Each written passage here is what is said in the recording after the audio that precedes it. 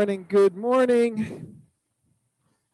Do something different today. Came into the office. I'll broadcast from here. If anybody is in the area and wants to come in, come on in. We've got a couple people in the room already who are in the office. Wanted a change of scenery. So can I get some feedback on sound, making sure that everything sounds good for the meeting this morning? So just type in, go ahead in the chat, tell me if you can hear fine. Make sure that the microphone is working good and everybody can hear. Perfect. Sound is fine. Awesome. Thank you very much. I appreciate that. All right. Sound check. Good morning. So happy Wednesday. What do we got? January 13th? I know, right? 2 weeks done in the new year already. Where does time go? Time flies. So one of the things I talked about last week, I talked to you about, I did a 90-day New You challenge. And I've been talking to a lot of people about this challenge just because there's a lot of questions and there's, some feedback. And I just want to go through some of the discussions that I had before I jump into the topic. The topic today, since we're doing a listing mastery class tomorrow with Jeff and Craig, we're going to talk about listings. We're going to talk about some of the tactical things, some of the actual steps to go through, places to find the information on IMAP, on Remind, some of the basic scripts you'll use, steps, processes that we'll go through. We're gonna break some of those down today, try and get those out of the way so that tomorrow when Jeff and Craig talk, they can really hit with what exactly it is that you need to do, the mindset, the attitude, the words, the steps, the focus, and all of that. They can really dive into that. We're going to do some real basic stuff today, but it's going to be the things that you need to do, the things you need to engage in. So first off, a 90-day challenge that I put out there for those of you who weren't on last week. The challenge is basically, it's a mindset challenge. It's not a fitness challenge. It's not anything other than mindset. And I'm just going to share with you what happened after that class that day last week on Wednesday. I had at least 6 phone calls and about 3 or 4 other conversations with people throughout the day where their mind was already effed. When I say effed, beeped up already, just screwed. So we really, and I think, so if I cut that out, do I have to do this? And then I go with, they already started negotiating with their mind. They were so intently focused on living their life because it just became so ingrained. This is me. This is what I am. I eat sugar. I drink sodas. I drink alcohol. I don't work out. I only do this, whatever. That's who they became. That was their identity. So for the next probably, I want to say at least 4 or 5 hours, I had conversations and phone calls with people asking, well, can I substitute this? Can I change that? If I do this a little bit, is that okay? And what's the answer? My answer is a resounding no. Why? Because it's not about consuming something. It's about what your brain says. Whenever you tell your brain to do something, what automatically happens? Drunk monkey pops up and tries to find a reason why you shouldn't do it. And that's exactly what happened. The drunk monkey popped into their head and said, you can have 1 soda a day. Well, you can have this because it's got sugar, but it's more natural kind of sugar. It's not the refined stuff. It's kind of different. Or you don't have to work out every single day because your body needs rest. What the point is, you completely miss the whole point of a mindset challenge, of a focus. When I say go, I mean go. When I say no, I mean no.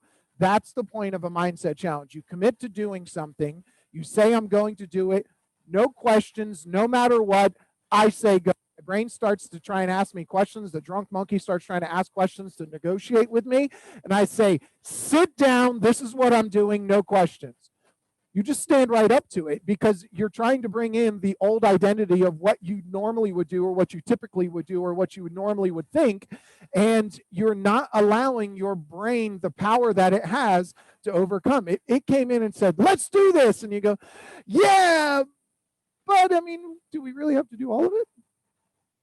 Do I got to do everything? I mean, because we're fine the way that we are. And this is the point. You are fine the way that you are. But do you want more? Do you want to be better? Is there something going on in your life with your business, with your health, with your fitness, with your diet, with your family, with the love and joy that do you want more? And if you ever wanted more, the first thing you're going to have to overcome is your mind. And when you can commit to a 90-day challenge of doing something, there's strategy in this. 30 days is when you start getting into a little bit of a groove, but then your brain says, hey, man, this is getting a little bit hard. We did 30 days. Do we have to keep going? Can we probably just stop? I mean, we can go back to the way we were. You did it. You did 30 days. It's fine. You did good. Everything was great. And I feel good. But, I mean, we go back because those M&Ms look good, or because that couch looks comfortable, or because we did 15 deals last year. Do you really need 25? That's what's going to happen at 30 days. So at 30 days, we engage something else to really hit your brain and do a little bit more, to change the perspective, because your brain's trying to do something. Then for the next 30 days, the same thing. But after the next 30 days, your brain's going to be efficient, and it's going to start trying to find an easier way to do these things. It's going to find an easier way to process your incoming calories. It's going to find an easier way, and these things start to become easy, which is a good thing. But the bad part about it is that's when you start to plateau. That's when you start to feel comfortable. I'm comfortable with the workouts. The workouts get a little bit easier, and your body gets more apt at burning calories and doing things the right way. You're losing weight. You're gaining muscle. But at that 60-day mark, you usually start to stop a little bit. I used to be a personal trainer, and these are the things that we would see all the time. So your body starts to plateau. The human brain and body is the most efficient machine ever built. It tries to do things efficiently. If you start holding things back, which is why low-carb diets, a lot of times you hold back carbs, don't have carbs, don't have carbs, don't have carbs, don't have carbs, don't have carbs. When you have carbs, what does your brain automatically do? Oh, man, we have carbs. Let's store some. Let's grab some. Let's keep some and make sure that if that ever happens again where we go without, we've got some reserves. So you're teaching your brain and body to do certain things that may not be beneficial to you. So that's the point. At 60 days, your brain and body become more efficient, and you start to plateau. Things get a little bit easier, but you get comfortable, and you're not getting the same kind of joy or progress or anything out of the functions that you're doing. So you have to change it up again. And that's why we go for the last 30 days, from 60 to 90 days, we pound it down a little bit more and do a little bit more intense, because you're showing your brain and your body that I can do more. And when I say do it, do it. Again, all mindset. It all starts with the brain. So we do that for 30 more days. And at 90 days, you start to form more of a habit. So even if you don't continue on after 90 days doing an hour-and-a-half workout or an hour-and-a-half prospecting, or you don't continue on with the diet after the 90 days the same way, you are more inclined to keep some of the things from that process that you did for the next part of your life, however long you continue doing it. You'll continue working out even if it's only 30 minutes, because it felt so good and your brain, you started to feel really good and created a habit. So there's differences there. So I just wanted to talk about that, because they had a lot of people already negotiating with their brain before they even started the challenge. Their brain said, this is who we are. We don't have to do that. You go and call him and negotiate us a better treaty deal. You negotiate us something better. I want some sugar. And they literally picked up the phone and started asking. And I'm not meaning in saying this to put down anybody for that. This is normal. You are human. This is what all of us do. We all have that drunk monkey. When you go out to knock on a door, it's going to say the same thing. When you go to pick up that phone, it's going to say the same thing. When you go to do anything of the things that we're going to go through today and tomorrow, it's going to do the same thing. Call Chris. Ask him if you can just do the social media stuff and just put some posts up and send some messages and not go knock on those doors and not pick up that phone call. You go to bat for us and you negotiate for us, and we'll do that, but we're not going to do the things that they're asking. That's what's going to happen. And exactly, Lauren, change happens when you're uncomfortable and that discomfort. That's when change happens. You have to start getting comfortable with being uncomfortable. And that's why this challenge, where you're doing things that are a little easier, diet, working out, journaling, gratitude, things like that, you're starting to harden your brain a little bit. You're starting to get power over your brain, so that when you go out and do something else, it's probably going to make it a little bit easier.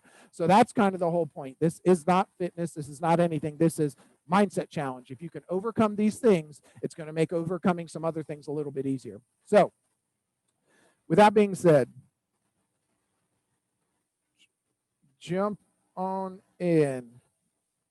Again, you've heard the resounding message is listings, listings, listings, listings, listings. If you primarily focus on listings in your business, you will more than likely still be a 50-50 listings to buyers or 60-40 listings to buyers if you focus primarily on listings. Why? Because you're going to put listings on the market and you're going to get sign calls. So one of our agents put a listing up in Sun City. The neighbor went to the owner. This was before the sign was even up. Neighbor went to the owner and said they wanted to buy the house because they knew they were going to be listing it. It sold before it went on the market. The sign went up. The agent has a rider on top of that sign. It's not even on the MLS as active. It went straight to pending. It was never active. Somebody drove by and called the agent. She got a buyer lead. It was never active. It was never marketed. It was never any, but somebody still called. So she still has a buyer. She had a listing. She has a buyer. 50-50. She's got one listing and one buyer.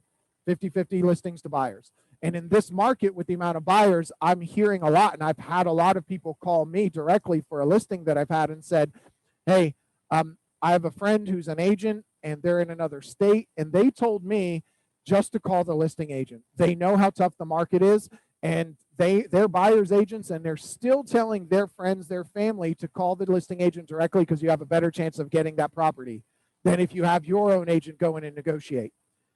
It's the truth, because we're more likely to get a deal done when we control all sides and there's no other ego on the other side. So listings create your business. The more listings you have, the longer you're going to last. Go after listings. Get listings. The more listings you have, the more buyers you'll have. Even the only reason you wouldn't have that many buyer sales is if you were actually referring all of them out. And if you really wanted to do that, I would say focus on nothing but listings. Make 100 to 200 phone calls a day. Take nothing but listings and refer all of your buyers to a specific agent for a 30% referral fee. Maximize your life. Maximize everything that you're doing. Take control of your time. Be able to handle all of the incoming calls and the sellers and not have to drive all around, and you still get paid. Why not? So it's just something to think about. So we're going to be talking about listings for the foreseeable future, just because they're important. So I saw this quote the other day, and this was it's actually I didn't even realize it was an Ivanka Trump quote, but it says, "Real estate is my life. It's my day job, it's my day job, if you will, but it consumes my nights and weekends as well."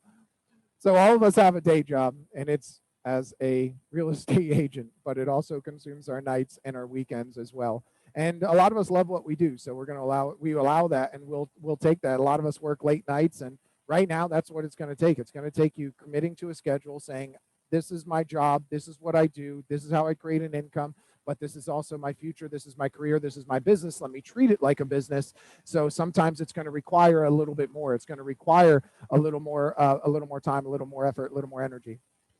So here's our problem right now. In any normal real estate market, a balanced market supports about a 6-month supply of homes. Meaning if there's a home on the market, it'll be on the average time on market is about 6 months. If nobody puts another home on the market, all homes will have sold within the next 6 months. That's what a balanced market typically is.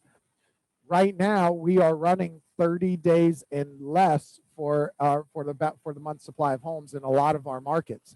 These are even in some of our higher end prices. So as a firm, as Century 21 Beggins Enterprises, we generally carry anywhere from 400 to 600 listings at any given time. In 2019, this was just at one point in time. We had we've had more, we've had a couple less. We had about 515, 525 listings. In 2020, when I was looking, because these stats are on your MLS home sheet. If you go into your MLS, you can see it right here. My firm active listings, right? My firm active listings. So in 2020, we were carrying about 220 at most given times. Now, currently, today, 162 listings. That's how many our company has on the market. We have the same amount of agents, if not more. We have the same amount of business, not actually more. We have more commissions, more sales, and everything, and we have less listings on the market. So this isn't that the office and the agents aren't doing their job. This is what the market is proving to be right now. So we have to put all of our efforts and focus into getting more listings, because if we do not have the listings, we are not going to have inventory on our shelves to sell for when the buyers come in. And we have a lot of buyers. Last year in 2020, Texas had the most amount of people moving to it in the whole year. So in the whole entire year, I think the number was over 360,000 people moved to the state of Texas. Florida, for the whole year, I believe it was over 280,000 people moved to the state of Florida. So those are the top two places where people are moving. The more people that move here, the more homes that are going to be bought. And now what you hear Jeff and Craig talking about is when the pandemic gets under control, whether it's due to vaccines, due to immunities, due to whatever the case is, I don't care what you believe, when things get under control and it's treated similarly like a flu is, you have a yearly vaccine, you go to your doctor, you make sure that you stay home when you're sick, and you do all those things, and it becomes a little bit more regulated and normal, you're going to see borders open up. You're going to see people traveling more. You're going to see people bringing money in. People that didn't have a lot, or people that have money in other countries that couldn't leave those countries, are still buying homes in Florida. We have people buying from other countries, other states, other areas, sight unseen, just to get money out of where they are. But when it opens up, we're going to have a lot more people coming in, making purchases here, because this is a great place to buy because of all of the factors that we have. Think about, why would somebody want to buy in Tampa over Orlando, Miami, West Palm Beach? The number one thing is price. The average price, the median home price in this area, in the Hillsborough County, Tampa Bay market, is lower than any of the other larger cities. It's lower than Orlando, it's lower than Sarasota, lower than Naples, lower than Miami, West Palm. It's lower than all of those. Key West, it's even lower than Jacksonville at most times by a few $1,000s. So our home price is lower than any of the other major cities in the area. Then you start taking in, and this is the conversation I have with a lot of the buyers and sellers I have when they ask what's going on in our market. Then you have to consider the economic table. Think like an investor, because we have a ton of investors, a ton of institutionalized investors, a ton of people with a ton of money, a ton of capital groups that are buying properties in here. Home Partners, Divvy, all of them are opening up our areas. Think of the economic table that we have, and think of the pillars of the economy as the legs of that table. And this is your life sitting on top of this economic table. Tampa Bay sitting right on top of this economic table. What does Tampa Bay have? And if you start naming them off, we have, how many legs do we have? We have an Air Force base, which brings a ton of money, a ton of money. The economic impact on that Air Force base, if it wasn't here, I was talking with somebody the other day, and I want to say he said that it would probably be a 15 to 17% dip in the economy if that Air Force base was not here. That is huge. So we have an Air Force base, and that place is not going anywhere. You have a top 5 international airport. So we have a lot of people that can fly from wherever they are in the world into Tampa. You have sports teams, the NFL, Major League Baseball, NHL hockey. You have a lower level soccer team in the Rowdies. So you have major sports teams where people from all over the country will come to see either that team or their team play our team, which brings tourism. We have a city that the Super Bowl will be in this year in February, which brings a ton of revenue. The last time the Super Bowl was here, you could not get a hotel room outside of 150 miles of Tampa. People were going to Immokalee, they were booked. People were going into Orlando, completely booked. It was very, very tough to get a place to stay.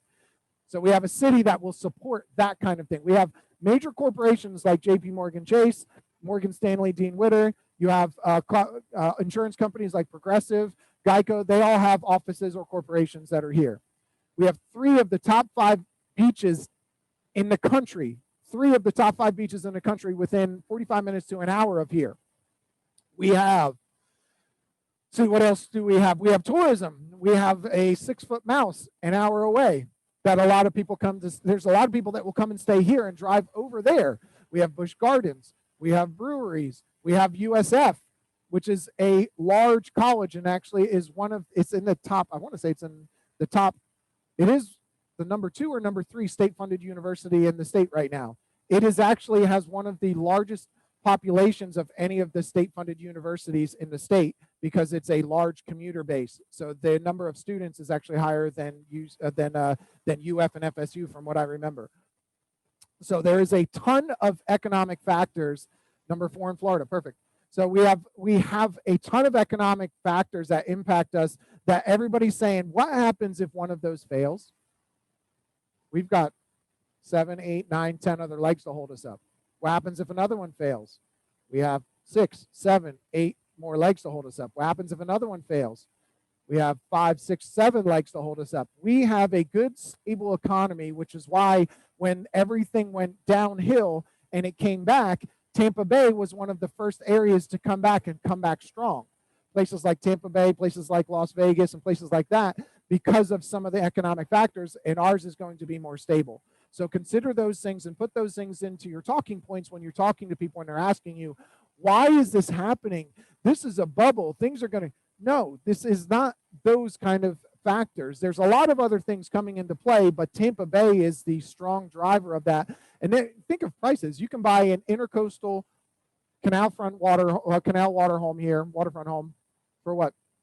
In anywhere right in this area or over in the beaches. In this area, you can buy one for $500,000, $600,000. In Tampa, you can buy one probably for $800,000 to $1 million. In the beaches, you can buy one for $1 million.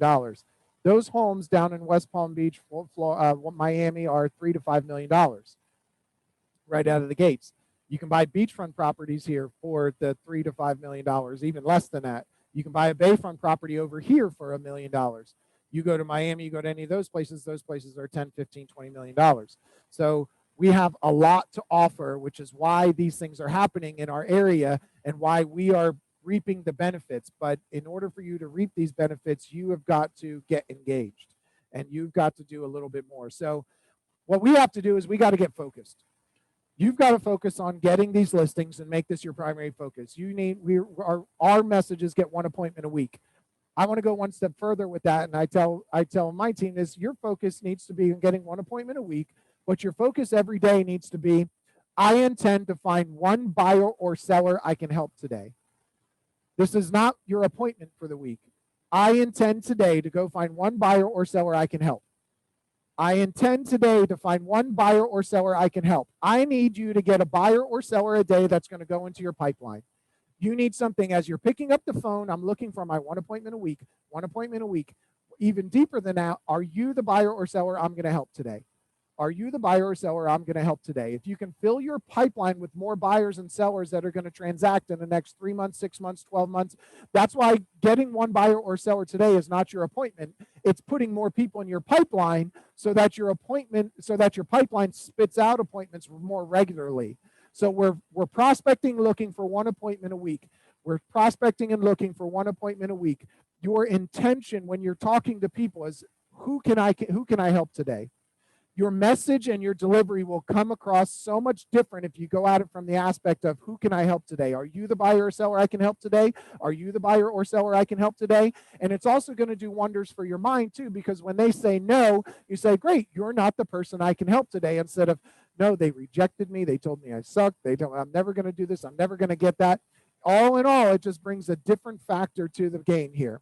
So you need to start focusing on finding one buyer or seller you can help today that's going to go in your pipeline, with the intention for the week of finding one appointment a week. What are you going to do? You're going to pick a farm or pick a lane. What I mean by lane is, I'm going to focus on nothing but absentee owners. I'm going to focus on nothing but these 200 homes and knocking them out. I'm going to focus on nothing but everybody who has equity. I'm going to focus on nothing but this specific zip code, and that's a lot of them. That's a lot of homes, but I'm going to focus on that, and I'm going to make 100 phone calls a day. Whatever that is, that's a specific lane, or you pick a specific farm. A specific farm of 200 to 300 homes.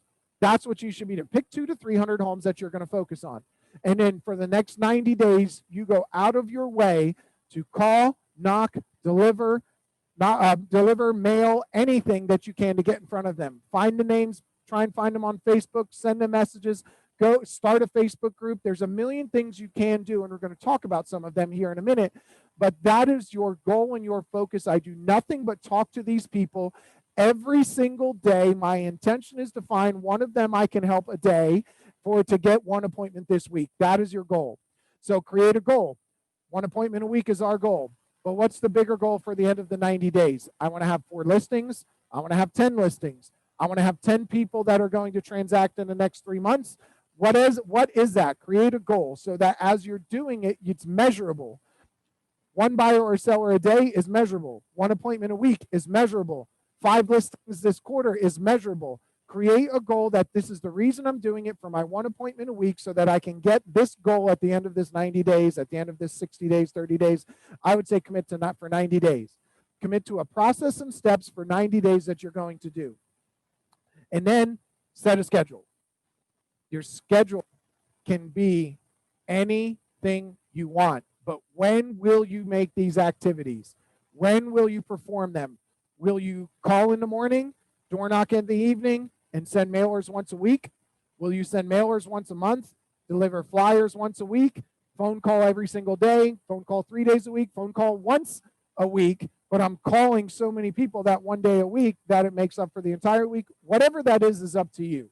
That's your decision to make that. You need, at minimum, you need to be talking to 15 people a day. A minimum.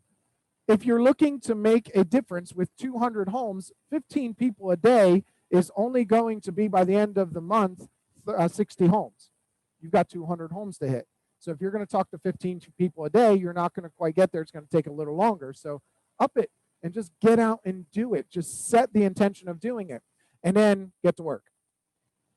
So here's some of the places that you can go. And I'm going to stop and I'm going to go to these different places in IMAP, in Remind, to show you where you can find these things. So what you're going to do is you're going to, if you're going to focus on expireds and canceleds that have not been relisted, the best place to go through, and you've heard Deb say this, you've heard Craig say this, and you've heard everybody mention this, and Kat and everybody, go to IMAP and Stellar. We'll pull that up right now. You're going to go to your Stellar MLS login. You've got this page right here with all of your apps. Click on IMAP. IMAP is going to pop up. There's 3 different search criteria. Tax search, which you can search for any home. MLS search, which is just in the MLS. If it was in the MLS, this is what you're going to search, or foreclosure. We want the MLS search. Here's your MLS search, and you're going to come down to listing status. Listing status is equal to canceled, not relisted, expired, not relisted. Those are the 2 you're going to focus on. If I click on canceled, not relisted, then the next step is pick a city or pick a subdivision. Which one will you do? Right here, property city is equal to exactly this city or a subdivision. You can do either one. What this is going to do is going to show you every property that has ever listed and canceled and never relisted since this MLS can pull data. They'll go back to 2007, 2006, and guess what? All of them are good.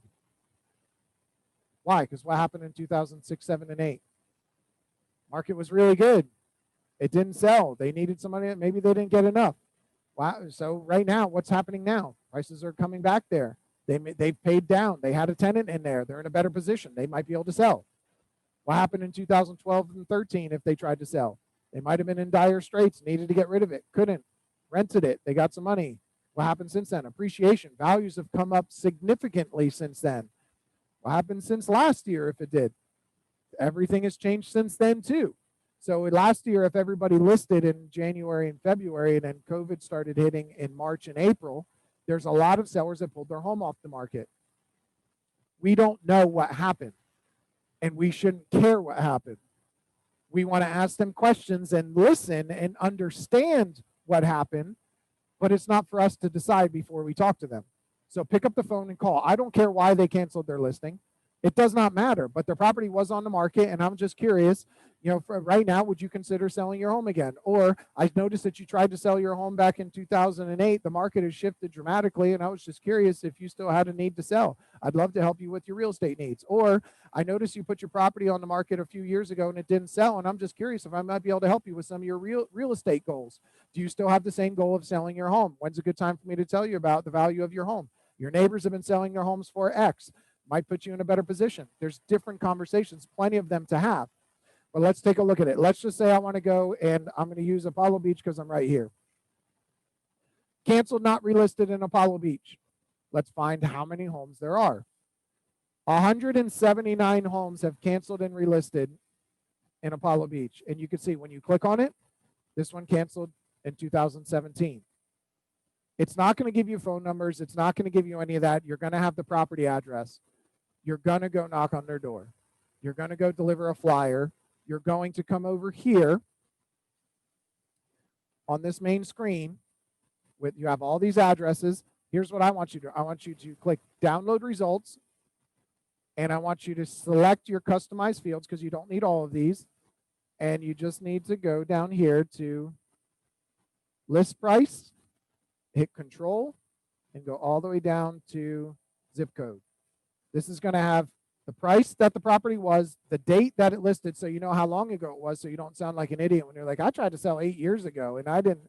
You're going to know the date. It's going to have the house number, the directions, the street name and everything, and all the way down through the zip code. You really don't need anything else. And then you're just going to download it via a comma separated value. Now you're going to have this list. And this list, you can, oh man, it did all of them. Sorry. I must not have called that. Let's go delete. But you're going to see all you'll have here is the address. If you did it correctly, like I didn't, sorry. It grabbed all of them. I don't know why. I guess I hit the wrong thing. But you're going to have the property or the list price. You're going to have the date that it canceled, and you're going to have the address. Now you have a check sheet, a checklist that you can go down and start checking them off as you go knock on their doors. I hit it. You can create a few more columns down here. So like a UCF form, create some more columns that are over here and start putting in week 1, week 2, week 3, week 4, week 5, week 6, and put a check mark. Carry it with you, put a check mark as you go and knock on their door. And your conversation is very, very simple. Your neighbors have been listing their homes. I noticed you tried to sell yours quite some time ago or a few years ago, and the market has shifted dramatically. Those properties may have affected the value of your home, and I was just curious, for the right price, would you consider selling your home? We've got buyers all over the place in our market. Just any conversation simple. You're just trying to level with them and ask them questions. So what happened? Tell me a little bit about, what happened a few years ago when you tried to sell it. What's gone on since then? What if you get a tenant in there? Have a conversation about buying a property. Let them know. Even if you can help them buy the home that they're renting in, and see if you can't get in there to do like a flat fee to do the paperwork or to do a one-party listing agreement or something. You have the ability to do all of those things. Okay, so you have that ability to download that. I guess I grabbed them all. Next thing you can do is create mail labels. This will not do an automatic mailer for you like Remind does, but you can create mailing labels. You're going to choose, I want the owner name at owner address, because if they don't live in the property, you want the owner's address, not necessarily the property address. But if they live in the property, their owner address will be the property address. You're going to buy some labels. Those labels, you'll have the label right here. Come and look at the number and figure out which number matches what you're going to do. Buy those labels and come in and print the labels and send them a mailer. Or come in and print the labels, put them onto a sheet of paper and go hand deliver them if you don't want to hand write them, or mail them out, whatever you want to do. But you have the ability to mail them something. You have the ability to print out a checklist and go knock on their door. And then you can take this and you can put this and upload them into a system like the RedX, LandVoice, or any of those systems that will pull neighborhood numbers, or you just put a neighborhood in and find those numbers. You can do the same thing. Instead of, say, Apollo Beach, what if I just want to focus on a neighborhood? A subdivision. I just want to focus on one subdivision. So canceled, not relisted in Mira Bay. 28 homes that have ever canceled and not relisted. Some are rentals, some are sales. Here's people that might want to hear from you. And it's more strategic farming than just farming 200 homes or 100 homes or 500 homes. You have a specific reason to talk to them, the same reason that you'll have when we go into Remind and show you what you can talk to them about there. So IMAP has a lot of cool features. This is one of them. You can also, again, instead of doing that, you can do expired, not relisted. Expired and canceled, not relisted are very similar. Canceled is the homeowner canceled the listing, or the agent canceled the listing agreement before the expiration, so it showed up as canceled and not expired. So those are the different. Expired is the terms of the listing agreement have come to an end and they have expired and no longer attached to the homeowner or the brokerage. Canceled is the brokerage or the seller canceled the terms of the listing agreement and they no longer attach to the homeowner or the brokerage. Either way, they are fair game to go after. Okay? So there's one thing that you can do. And you can tell them about anything. You know, when you're looking at this, create your mailing labels, download to Excel, knock on the doors, put them into a system, get their phone numbers and call, find them on Facebook, create a Facebook group for that, for them, see if you can't find them, invite them, see if you can't do anything like that to continue to build that so you can start building some rapport. All right, so there's one, expired, canceled, not relisted. Next, absentee owners. We talked about this for a little while last quarter, and this is still extremely relevant. What happens when a homeowner owns a home and is renting it out and the tenant loses income and can't afford to pay because of the pandemic? They lost a job, they did whatever. What typically happens? The homeowner kicks them out, files for eviction, negotiates with them, gets a better deal to make sure everything's fine, whatever. What's happening right now? There's an evictions ban. It continually gets extended. It just got extended again and again, and it's going to continue to get extended. So, and is there a lot of relief for the homeowner? No, there's no relief for this homeowner. They have the ability to talk to their lender to potentially work out a deal of a forbearance, tacking things onto the end, but at some point that will no longer be an option and they won't be able to do that any longer. So what do they have to do? They either have to make 2 payments on their home they live in and their rental home, or however many rental homes they have, or foreclose. But they're not able to foreclose on all these homes yet, but they will. So what can they do?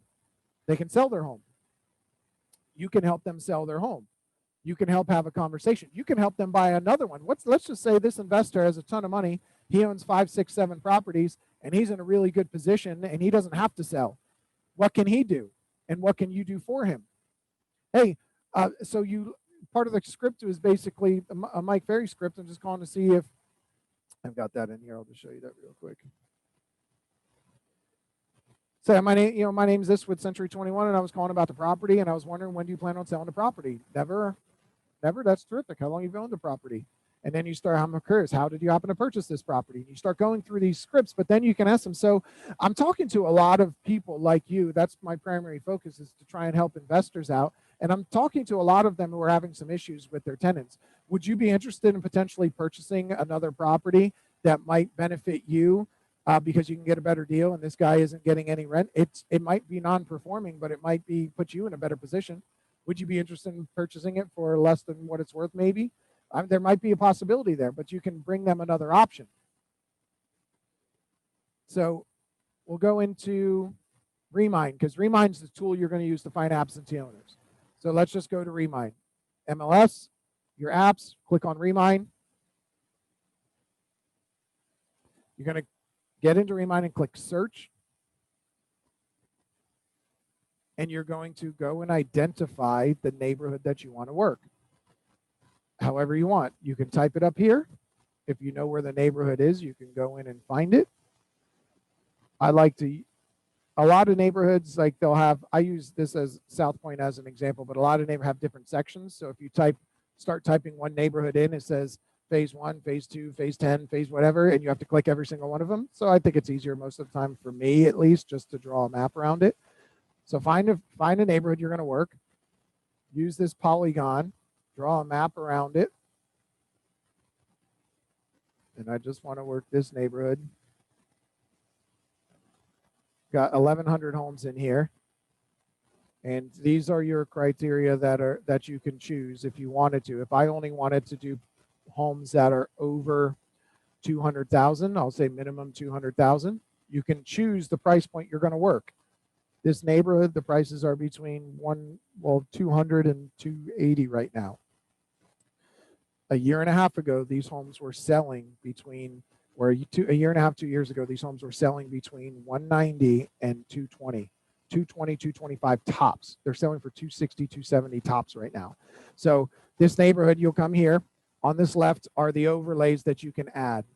Right here on the left is absentee owners. Choose absentee owners. Do we want to look for absentees that are in state or out of state or both? Whatever you want. I'm going to look for both. So out of those 1,100 homes, there's 119 people that own a home that do not live in it. They find us by tax records. Tax records show that the homeowner has a different address than the property address. The owner's address is different than the property address. For tax purposes, they mail their tax information to another property.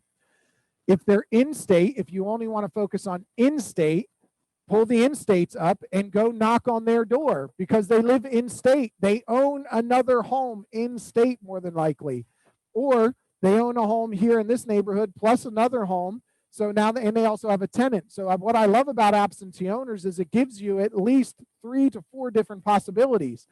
The absentee owner owns a home that they live in. Maybe they want to sell that. I can build a good relationship with them. The absentee owner owns the home that I'm focusing on. Maybe they want to sell that. I can help them with that. The absentee owner owns a home they're renting to a tenant more than likely. I can help that tenant buy a home. The absentee owner might be an investor who owns multiple properties. I can help them buy more. I can help them flip more. I can help them invest more. Whatever that case is, you've got 4 opportunities that are focusing on one pillar here. One lane, you got 4 different opportunities on. You don't have to do all of them. You just have to build rapport with the absentee owner and the tenant. And then from there, you'll start getting more opportunities. So what you'll do is you'll take this and you have all these homes. You're going to select them all is the first step. Most people forget this because cart is grayed out. You can't click cart here. You have to select all first. And I'm going to click cart, and it's going to ask me to label a cart, add them to a cart. I've already done this, so I can just come over to the left where my carts are, and I've got my carts here. I have it labeled as South Point absentee owners. There's 115 properties, which means one of them changed, or was 2 of them added. I can't remember what the other one was, but you have all of them here. This is where you can export them to a sheet and go knock on doors. You can export them to something else and create mailing labels if you want and do it on your own, or you can click here to select them all and send mailers.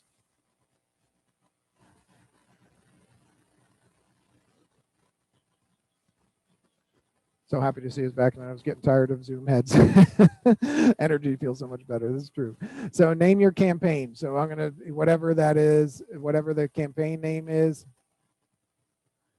and you're going to build a campaign. It's going to take you to a third-party site, Rocket Print Mail. It's going to, you have the ability to send postcards, yellow letters, white letters, letters on Century 21 type letterhead and color. You can send all different kinds. What do you want? Postcards, letters, yellow letters, snap aparts, whatever that is. Let's send a letter like this or a letter like this, whatever you want to do. You can see 115 pieces for $100. That's the letter, the envelope, the stamping of the homeowner, everything, the cost of mailing it. So it's basically, it's what, 95 cents a piece or 90 cents a piece? What's a stamp? I don't even know how much they are anymore. 50 cents, 45, 50, 55. So you're paying 50 cents for all that for someone to do all the other work, set it, forget it, and click it and get on with it. Send them a mailer, send them a letter. You can customize this letter And when you customize this letter, you can put something as simple as this into it. This is a letter to the absentee owner. I was wondering if you'd be open to have a conversation about the property you own in, this one's in Riverview. I think you might be interested to learn how recent market activity has impacted the property values. We've noted remarkable appreciation in the market area in that neighborhood. And any desire any desire to sell you may have put on hold in the past may be much more viable now. I'm seeing a major increase in buyer activity right now, and quite frankly, there aren't enough quality properties on the market for the amount of buyers that are looking to purchase. I understand if you're content with your current homeownership position. However, if you've been thinking about the possibility of turning your real estate investment into something more liquid or feel now might be the time to cash in your equity, I'd be happy to help. Could we have a short conversation? Please call me directly. And also in Remine, when you find these properties, you can come here to Associated People. Down at the bottom, and it gives you phone numbers. Maybe they're right, maybe they're not. Maybe they're do not call, maybe they're not. And emails. Send an email. Would it behoove of you to take these cart here and export it out? And I wonder if I don't know if the emails come through here. I don't see those. Yep. So you can export emails here and export them onto a list, upload them into Gmail, and send a video or send a video in an email talking about what's going on in the market and just shoot it over to them. Something different. What are they getting? A ton of these. From every investor in the world is sending these. Everyone's sending these. But you know, how do you differentiate yourself? Send a video. Take this number, send a video text. If it gets kicked back, so what? You already have this video text. You're saying the same thing to all of them. You don't have to call them out individually. One at a time. You're okay to send them one at a time. You just cannot mass text them. So you can send an email to whoever you want. You can send that and just have that conversation. So there's a couple different opportunities there. So then what are you going to do once you have this list? I'm going to get a letter. So that's the letter we'll send to them. We'll try and call them. We're going to go find, if it's an absentee in state, we're going to go knock on their door or deliver a flyer to their door because they're getting mailers from everybody. So you can do that if you want, and you'll have something and you'll have something to reference back to, but you can drop a flyer off on their doorstep as well. So when you drop that flyer off on their doorstep, you can have a conversation. Regarding DNC, is there any way to get around that? If they're on the do not call list, they're on the do not call list. I'm not going to tell you to call them because you can get fined. That's all I'm going to say about that. If they're on the do not call list, they're on the do not call list. That's it. They're there. I've asked people before that do nothing but call expireds, and I asked them, hey, what do you do about the DNC? They said, the what? I said, the DNC list. He goes, the what? I said, the DNC list, the do not call list. He said, the what? Some people, but I'm not going to tell you to do that. That's not what you should do. But you can mail them a letter, drop a flyer off on their door, and then you're going to go to the property and deliver a letter to the tenant. Get a flyer, get a letter, ask Lennar, D.R. Horton to give you a flyer for one of their properties that you can put your information on. Type this letter up, make a bunch of copies of it, sign it, walk over to the property, go in. That's why you're going to focus on a neighborhood, because you're just going to go from one to the next to the next to the next and just drop these flyers off and letters off, knock on their door and have a conversation with them. If you're paying $1,600 or more in your current rental home and feel that there's got to be something better out there, you're right, there is. With interest rates as low as they are and availability of government-backed loan programs, you could easily qualify to purchase a home of your own with as little as $2,500 total out of pocket. Did you ever think about you'd be able to purchase a home of your own? Better yet, did you ever think you'd be able to purchase a brand new home of your very own with as little as $2,500 out of pocket? Yeah, that's right. Most people think you still need 30 to 50 grand to be before you can think about buying a home. Take a look at the enclosed flyer. This is one of the many brand new homes that are available in the market that qualifies for 100% financing. Get a 100% financing home. Find a builder that has 100% financing, like an FHA with assistance program, because they'll give them the down payment, the 3.5%. They'll give them that, and they cover most of the closing costs. The buyer will have to pay some. Or find one that's USDA qualified, and Ruskin, Waimama, Parrish, Palmetto, some of those areas are USDA qualified. So, many times all of your closing costs. So drop that letter off, knock on the door. Hey, I just wanted to let you know that I was in the area, and I know that a lot of the properties in here have renters in them. I'm just looking to see who I can help today. Wanted to show you about the availability of programs that might help you get into a home of your own. So take a read this letter. If you have any questions, let me know. Give me a call. My card, my letter, my number, and everything's inside of it. Drop it off.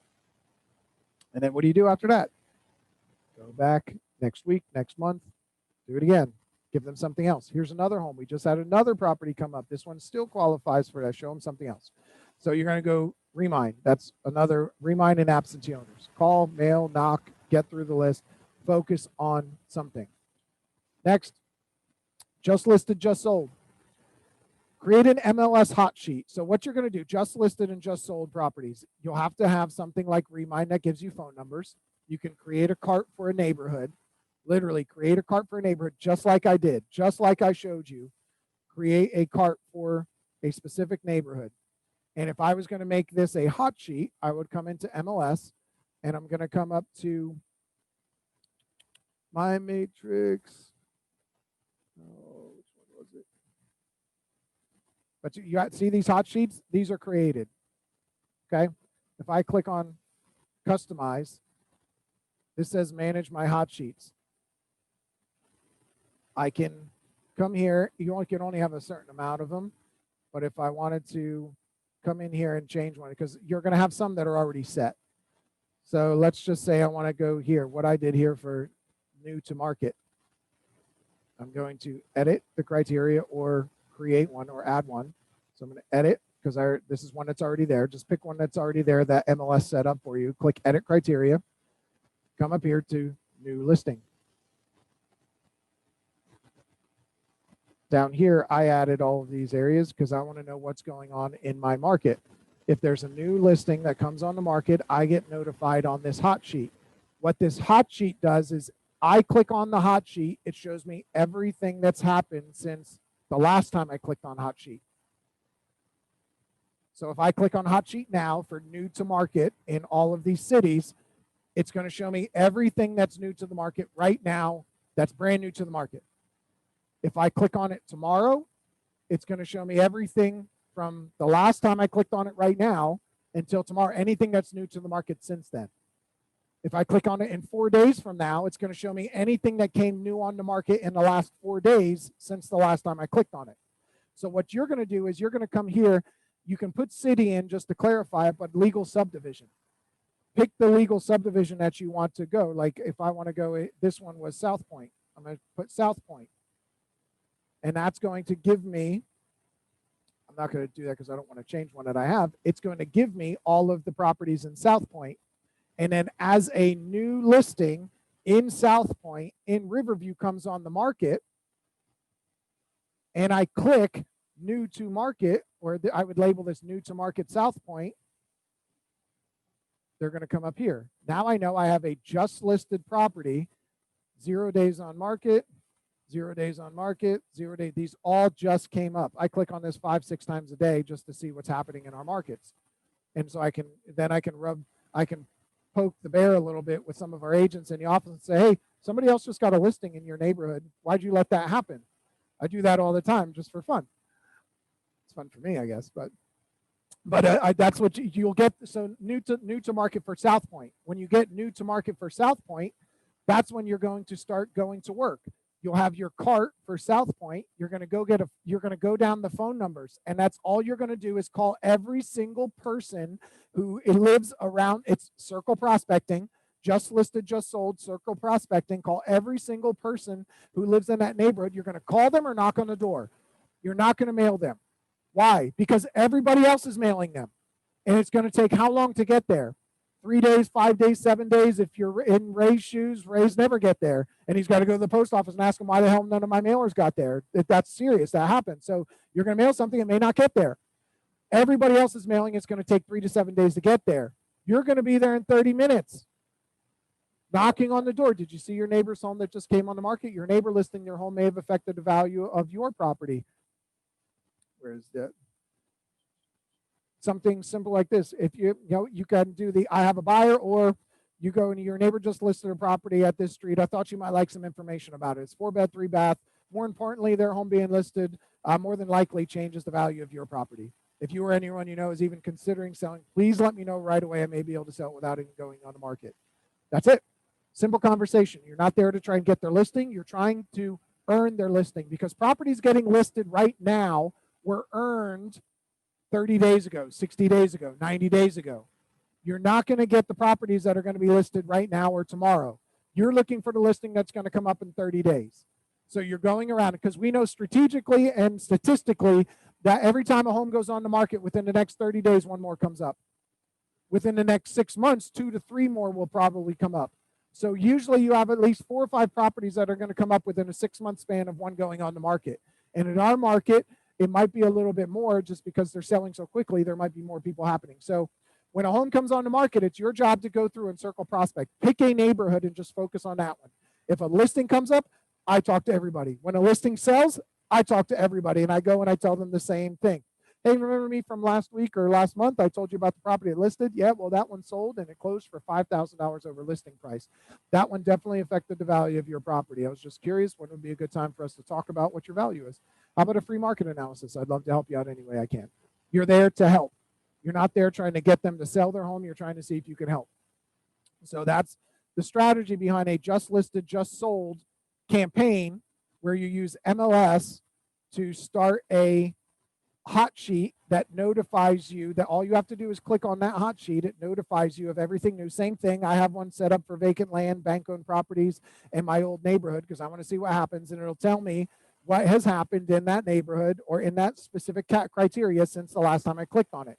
Now you have, in this case, I had 3 properties that I could go knock on their door and tell them about the just listed, just sold. And now I'm going to start. Now what do you have to do after that? Follow up with them. I'm going to tell every single neighbor around there, and I'm going to keep following up. Next, the market update, circle prospect. If there isn't a listing in there, just go circle prospect around a listing that you've already called on and just let them know about what the market's doing. Hey, in your neighborhood, this many homes have sold. This many have come on the market. The average price is this. And I was just curious if you or anyone you know is looking to sell a home anytime soon. Now would be a great time to have that conversation. Would you like a free market analysis? Anything I could do to help you right now, or anybody that you know? And then start talking to them, asking them questions. That's the basic introduction, so they know who you are. And then ask them, what made you choose this neighborhood? How long have you lived here? Well, we're never moving out of here. Great. Tell me a little bit more about that. Why did you choose this neighborhood? What makes this neighborhood so awesome that you'll never leave? And I'm just wondering, because I know so many buyers that want to be in this neighborhood. They love this neighborhood, and that home might not have been a good fit, but your neighbors might be. Do you happen to know of anybody? I really want to help them out. I'm tired of seeing people get taken advantage of. Be yourself. Come down to earth and just be yourself. Real quickly, I know it's 9:30. I'm going to go overtime just a tiny bit. Past client CMA, you heard that mentioned. Every single one of your past clients that lives in a home should get a CMA every quarter. There's no excuse right now for them to not get some type of CMA every quarter. Every single past client who owns a home should get a CMA. You can do a quick CMA. You can do one through Remine. So you can pick the property that they live in. Like, you can set up a cart of all of your past clients and have them all in here, and just go right down and click CMA. Do a Remine CMA. Do a really quick Remine CMA through here. Really quick and very easy. You just put the criteria in. Here's some properties. Here's your CMA. Go ahead and deliver it. You can do one through Toolkit CMA and 21 Online. We've went through that a bunch of times. You can do one through Quick CMA through Stellar. This one is just more basic, but you can do it.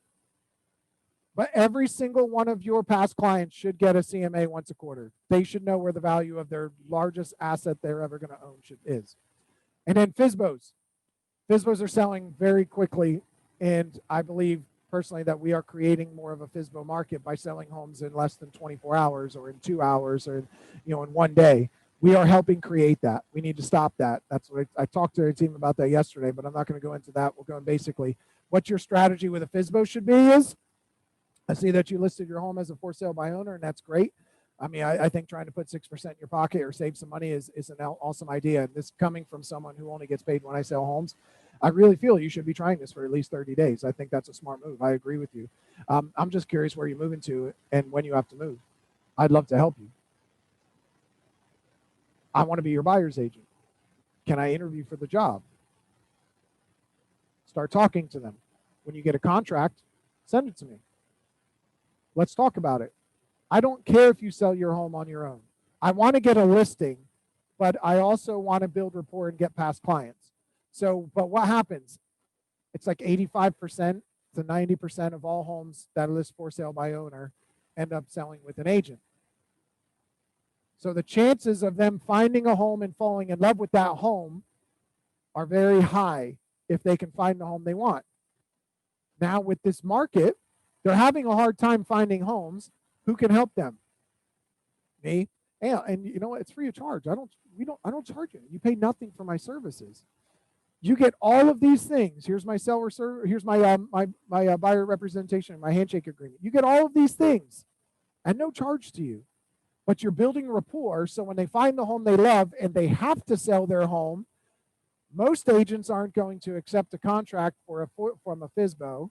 Most agents are going to want to see a little bit more stake in the game. They're going to want to know they're properly represented. You will be able to scoop in and get that listing and potentially put it on the market and sell it so they can get the home they want. So different strategy. This is listing strategy. It's already on the market. I'm trying to get in the door by just leveling with them, being a buyer's agent free of charge. I'd love to help you out. Please go ahead. Plus, it knocks them off their game. When you go in and you tell them, hey, I noticed you're trying to sell your home on your own. I think that's a great idea. Everybody should do that for at least 30 days. I think that's awesome. Definitely do. Definitely try and save some money. Do it for 30 days. They're like, what? You just brought their walls down. Huh. That's different. Everybody else is telling me I'm an idiot. I should list with them. When can I interview for the job? And they're telling me they have buyers for my home. You're not telling me that. You're telling me you want to help me? In the back of their mind, the walls go down. But in the end, you potentially get the listing because you get them attached to a property. And when they're attached to a property, they have to sell theirs. And when they have to sell theirs, you can help them. So just a few minutes over time. Thanks for those who stuck in. And tomorrow, 11:30, Listing Ninja class. It's going to be in Jeff Began's room. Craig sent an email out yesterday. Go in your Gmail, just search for the email from Craig. We could probably send a reminder out today. Also, 1 o'clock tomorrow is Paramount Title is doing the reasons why agents get sued and how not to get sued. So that's a great class to have. We'd really love if you guys don't get sued. That would be awesome. So please take that class. For those of you online, have a great day. Thank you so much, and we will talk with you soon.